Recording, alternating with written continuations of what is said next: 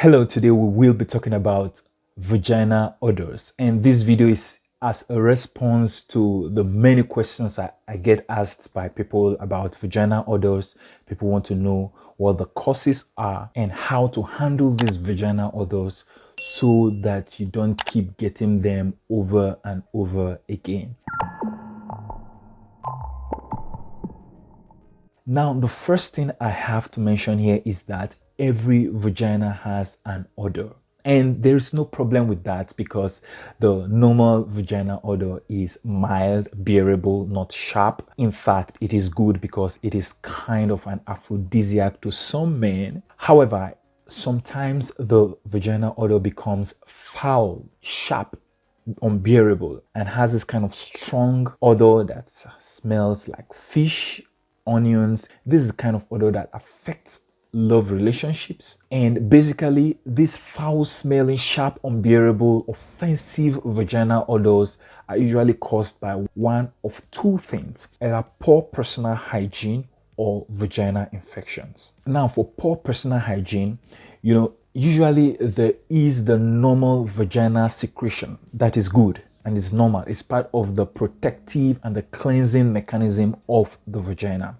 Now, when these normal vagina secretions become dried and they are left that way for some time, they could bring some form of offensive foul-smelling odor. Apart from that, things like sweat, urine, and poor panty care, in addition to the dried vaginal secretion, are the things that could cause offensive vagina odor due to poor personal hygiene. I hope that is clear. The second major cause of foul-smelling, offensive vagina odors is vaginal infection. And there are several causes. There are several ways and mechanisms by which the normal good vaginal odor can become foul-smelling and offensive. The first one is surprisingly caused by over-hygiene, excessive vaginal washing. And the problem here is that excessive vaginal washing and over-hygiene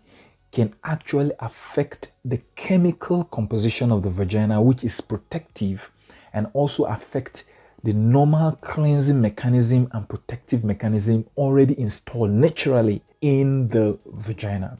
So this excessive cleansing, excessive washing, and excessive hygiene can affect that mechanism, affect the chemical composition there, and cause bacteria and other microorganisms to overgrow. And so things like excessive washing, excessive use of vaginal products, and several traditional and other modern harmful practices can affect the normal chemical composition and the normal cleansing and protective mechanism installed in the vagina. Additionally, things like semen and menstrual blood can affect the chemical composition and the pH of the vagina, and sometimes in some ladies can cause vaginal infections. Blood and sometimes semen after unprotected sexual intercourse. Now, this is not sexually transmitted infection.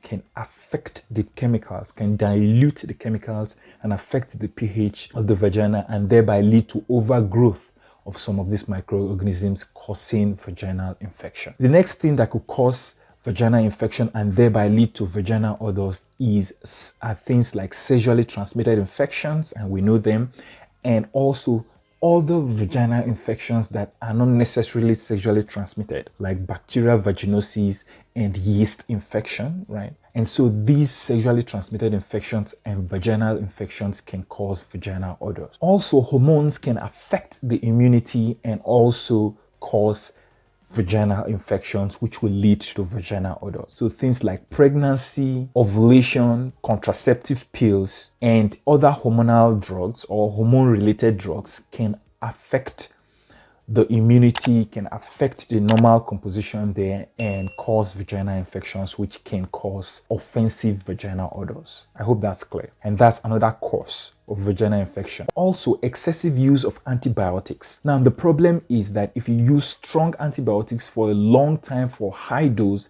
it could kill some of the helpful organisms. Now, there are harmful organisms and helpful organisms in the vagina environment, and excessive use of strong antibiotics for a long period of time at high dose can affect those helpful organisms, and it will lead to an imbalance, causing the harmful organisms to overgrow, leading to vaginal infections. So excessive use of antibiotics can lead to vaginal infections, can lead to offensive vaginal odors. Also, anything that decreases the immunity can cause some of these harmful organisms to overgrow, right? So things like pregnancy, stress, physical and emotional stress, HIV, diabetes. In fact, anything that decreases the immunity can affect the normal organisms that are in the vagina, causing overgrowth of the harmful ones and lead to vaginal infections and lead to offensive vaginal odors. And so you must have noticed that I didn't mention toilet yet, because scientifically, medically, microbiologically,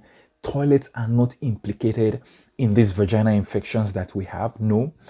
And so they are not direct causes of the so-called toilet infection or vaginal infections or sexually transmitted infections. And so toilets are not a cause of infections and offensive vaginal odors. So let's go to solutions. How do we fix these offensive vaginal odors? First is, if it is due to poor hygiene, then we have to maintain strict hygiene. And that means we won't leave our inner parts dirty and moist for long, because fungal infections, fungus that cause fungal infections like moist environment. And so we have to make sure we keep the place clean and dry as much as possible. Also, keep a well-shaved pubic area.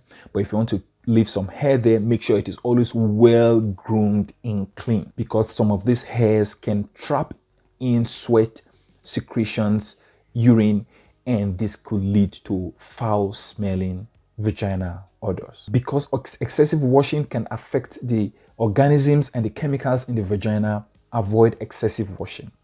Wash especially just the external parts of the vagina and use mild soap, and avoid strong soaps, and avoid the use of vaginal douches and vaginal products like vaginal sprays, vaginal creams, vaginal perfumes, vaginal soaps and concoctions, and herbal and other traditional and modern practices that are harmful and affect the balance, the chemical and the biological balance in the vagina. Have good care. Ensure you use one panties for 1 day. One panties 1 day, so that you keep the place clean and dry as much as possible. Also, avoid excessive washing, where you dip inside and try to wash excessively. You could do mildly, you could do briefly, and moderately, especially after sexual intercourse or after menses. So avoid the excessive use of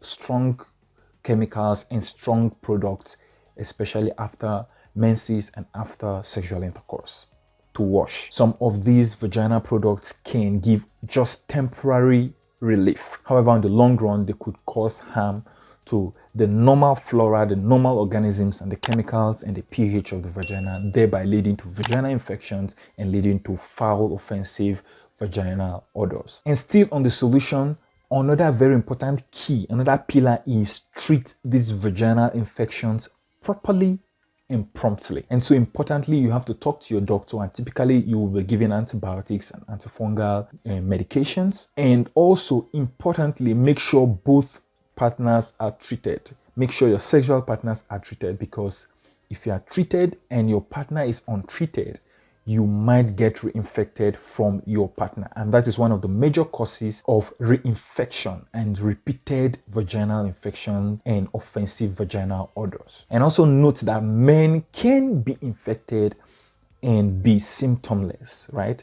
Men may not have obvious symptoms like ladies, but they might be infected. So even if your partner, your male partner, is without any symptoms and says he is all right, he still needs to be treated, so to avoid reinfection after you are treated. And for some ladies, due to their menses that usually have the menstrual blood affecting the pH and the chemicals, and thereby they have this recurrent monthly infections and offensive vaginal odors, you might consider using some kind of protective drugs before your menses, even if you are without symptoms, to prevent you getting these infections. And it's with antibiotics and antifungals, you should be good to go. If you find this video very helpful, don't forget to hit the like button and stay subscribed, and check the description section for a free ebook titled Fire Your Doctor. Take charge of your health and happiness.